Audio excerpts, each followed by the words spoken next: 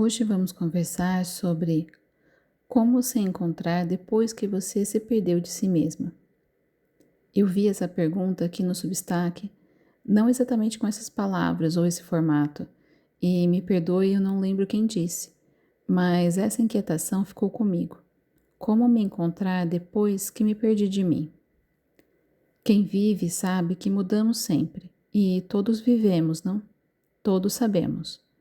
A vida tem seus rituais de passagem, alguns suaves e belos, como uma formatura na escola, flores do primeiro namoro, outros mais duros e secos, como a partida de um familiar amado, uma amizade que se rompe. Rituais de passagem que nos mudam para sempre. Depois de pensar com a cabeça assim quente, resolvi pensar com as mãos. Daí fui escrever. E lembrei de quando a gente perde algo. Onde estão meus óculos? E nos aconselham a refazer nossos passos. Refaça seus passos, ande pelos lugares que foi e veja se você está lá. Do mesmo jeito que faria com seus óculos, batom, chaves. É um bom conselho. Revisite tudo o que viveu, pela memória, pelas palavras, por fotografias, e vai encontrar memórias de quem você já foi.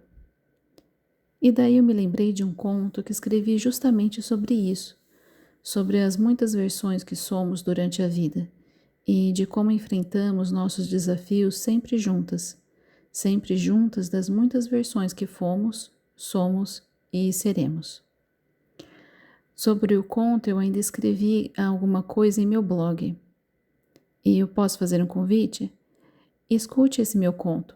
Ele se chama Vem e foi publicado no livro Caixa de Facas, editado pela Laranja Original. Espero que você goste.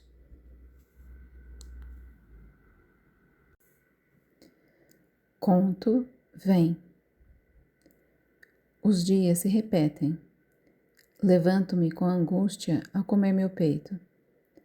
Mas conforme as horas da manhã se alongam, o sol faz evaporar meus mais ferozes pressentimentos, de maneira que às 2 da tarde concluo ser uma parvoíce sem tamanho a simples ideia de eu me aterrorizar. Às 6, a sensação ressurge. Meu coração descompassa à medida que as sombras se alongam. Às 9, estou imersa em névoa de dúvidas. E na madrugada, em meu sangue, espinhos esbarram no eco da voz que sempre escuto ao me deitar. Amanhã, a morte virá lhe buscar. Levanto hoje com essa mesma impressão, e sei que passará com a mornidão das horas, mas cansei de esperar pela calmaria. A casa está vazia. Hoje a casa está vazia, como um dia realmente haverá de estar. Hoje não sou necessária a ninguém, para que comam, se vistam, existam. Hoje ninguém há de me chamar. Oh, onde está o açúcar? Hoje não há quem vá me achar falta. Oh, cadê o almoço? Hoje não sou para a existência dos outros. Levanto com aquela sensação de que a morte me chama. Hoje atendo a seu clamor. Procuro roupas leves que ainda me sirvam. É difícil encontrar. Minhas roupas não são mais minhas, são de uma outra que ficou para trás, mais jovem e magra e ágil. Encontro essas roupas dela e me irrito. Ela me traiu, deixando-me tão vazia dela, mais e mais a cada dia. Respiro. Não posso estar assim para falar com a morte. Adivinho nada dos assuntos que ela terá a tratar comigo, e não posso chegar assim dividida.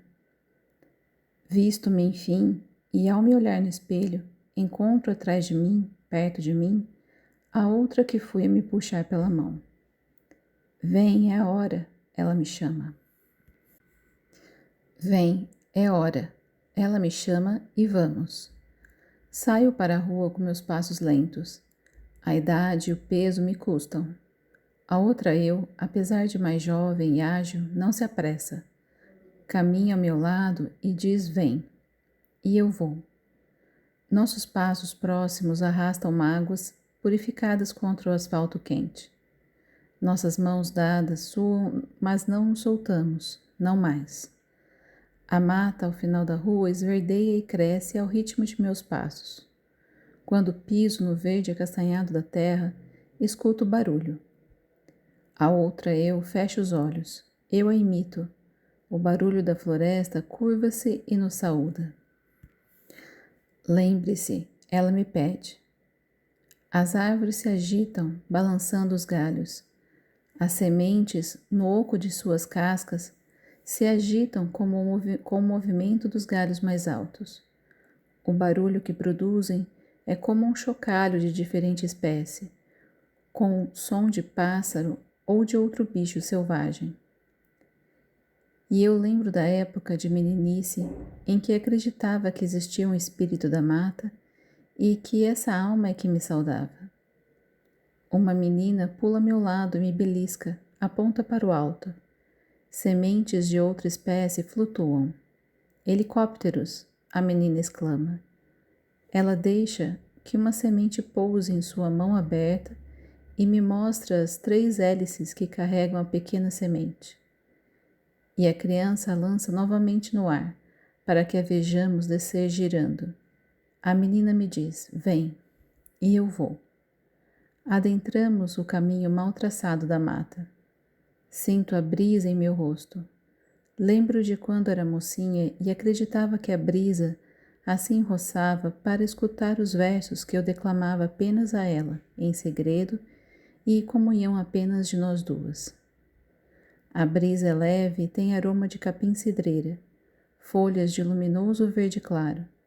A mocinha, pouco mais velha que a menina e mais nova que a outra eu, sussurra palavras para a brisa que nos rodeia. Palavras a nós 4 e a brisa. Versos de orações consagradas a tinta alguma, nunca. Uma oferenda de segredo e poesia.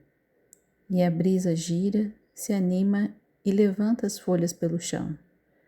As árvores nos escutam cochichar e se agitam mais uma vez, atiçando suas sementes a cantar com a voz de pássaros. Diferentes sementes se desprendem pelo ar e descem rodopiando, zunem, e cigarras estouram de gritar, elevando a mata e despertando algo a mais. A mocinha que ali estava e que um dia fui me olha. Ela esconde o sorriso com a mão, como envergonhada fazíamos, e eu vejo a marca do ferro em seu antebraço, perto do pulso, e lembro daquele dia em que nos queimamos no ferro de passar. Desgrudamos, puxando a pele até arrebentar a carne e o sangue. Mesmo com a dor, terminamos toda a roupa e depois tratamos da ferida. Tenho pena da mocinha, tão solitária, e eu a abraço. A menina pequena e a outra eu também nos abraçam. A brisa nos circula e sussurra, vem, e nós vamos. Andamos até a copa das árvores se curvarem e tamparem o sol.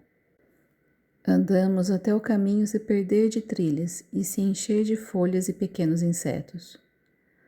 Lembro do dia em que fizemos uma fazenda de formigas, e de outro dia em que salvamos uma libélula, e de outro em que abelhas nos engoliram em nuvem sem nos picar nenhuma.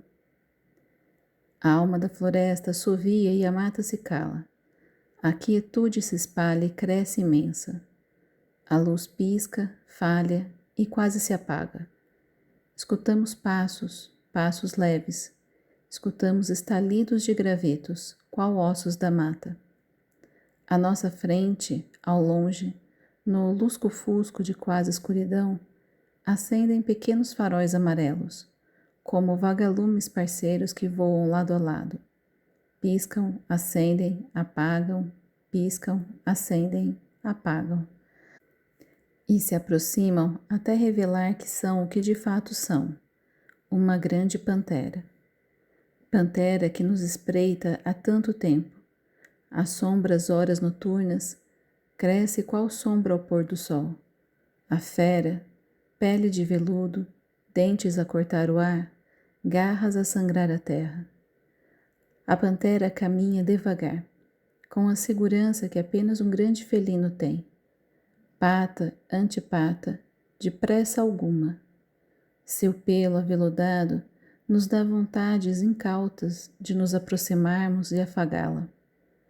Mesmo em meio ao medo, admiramos a beleza selvagem, terrivelmente bela, tão terrivelmente bela. Ela fareja o ar e abre a boca para sentir nosso sabor na brisa. Pata ante pata. Sua cabeça, de elevada, se abaixa à altura de seus ombros e ela se detém. A beleza que é dela inteira. Podemos reconhecer essa verdade, mesmo quando tanto nos assombra. A pantera arfa e suas pupilas amarelas nos olham, espreitam, observam. Sinto minhas mãos dadas a outra eu e também a menina. Escuto o rastelo de passos e esgueiro meus olhos para trás. Não enxergo claramente, mas há muitas de mim ali. Lembro de mais dias, lembro da vez em que eu disse não, quando o que eu mais queria era ter dito sim. E sinto o rímel escorrido pelo suor de meu rosto. Latejam meus pés que ardem de tanto correr. E me lembro de quando disse sim ao sim que queria, e me casei vestida de branco, e escuto o som arrastado da cauda de meu vestido. E me lembro do nascimento de um filho, e depois do outro, e do outro. E me escuto a gemer e a rir de pavor e dor e alegria, por ser tão possível a nós, mulheres, gerar e dar vida à vida. E a vida me contou segredos. Estão aqui também as que fui quando a vida fez de mim sua testemunha. Milagres que apenas eu vi. Uma mulher a cada fase, a cada dia. Estava ali a jovem grávida, feliz por ter sonhado, ter sido abençoada por uma ciranda de mulheres sábias. A que eu fui criança espantada também estava ali. A que tinha acabado de presenciar o último suspiro de um pássaro caído do ninho. E a que fui imersa em outro tipo de espanto, quando vi letras serem desenhadas nas nuvens. A que fui no dia em que comandei a neblina para que ela desaparecesse. Todas estávamos ali, juntas. Eu me lembro de tantas. De tantas me lembro. Dia ante dia. A que fui naquele dia, e no outro, e no outro. Dia ante dia. E hoje, nós ali, diante da pantera. Muitas de nós em coro, em êxtase, admirando o luminoso veludo da fera. A outra eu me sorri e fecho os olhos. Eu a imito. A voz da mata curva-se em folhas e nos saúda. Escuto-me dizer muitas vozes para lembrar, e eu me lembro, e repetimos: vem. Sou muitas e somos uma. Lembro não da idade e dos pesados anos, mas da sabedoria ante vivências, passo ante passo, da esperança ante tempestades, passo ante passo, da coragem de sorrir. Somos uma e muitas.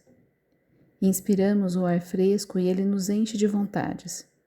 Somos imensidão. Eu, imensa, digo vem e vamos. E olho para dentro do amarelo dos olhos da pantera. Ela treme, nós trememos. E reconhecemos nosso desejo de sermos veludo, de patas leves, de corpo felino e selvagem. Tão soltas e livres, pantera seremos, dizemos. Sonhamos. E a pantera desloca o equilíbrio de seu peso para as patas traseiras. Recua. Suas orelhas se retesam baixas. Em meio ao assombro dela e nosso, admiramos sua felina natureza, de garras e pelos e força.